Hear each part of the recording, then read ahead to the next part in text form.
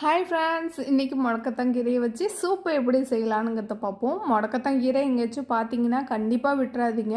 ஒன்று தோசை மாவாச்சும் அரைச்சி சாப்பிட்ருங்க, இல்லை இது மாதிரி சூப்பாக வச்சு குடிங்க.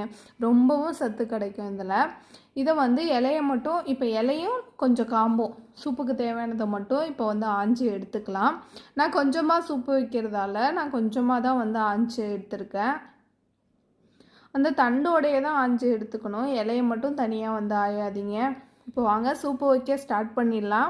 இலையை நல்லா சுத்தமாக 2 தாட்டி வாஷ் பண்ணிவிட்டு ஒரு குக்கரில் சேர்த்துட்டு, அப்புறம் ஒரு 5-6 சின்ன வெங்காயம், 1 போல் தக்காளி, ஒரு துண்டு இஞ்சி, ஒரு 4-5 பல் பூண்டு எல்லாத்தையும் அது கூட சேர்த்துப்போம். சேர்த்துட்டு இடித்த ஜீரகம், மிளகு, கொஞ்சமாக தூள் சேர்த்துக்கலாம்.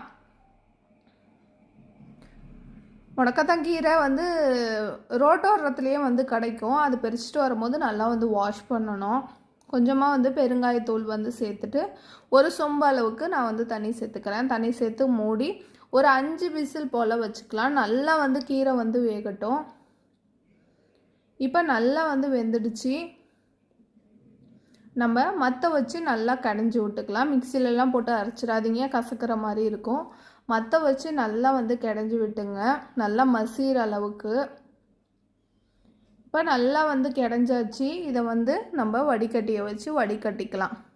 இதோட சாறு மட்டும்தான் நம்ம எடுக்க போகிறோம். கண்டிப்பாக ட்ரை பண்ணி பாருங்கள், ஈஸியாக செஞ்சிடலாம் இது.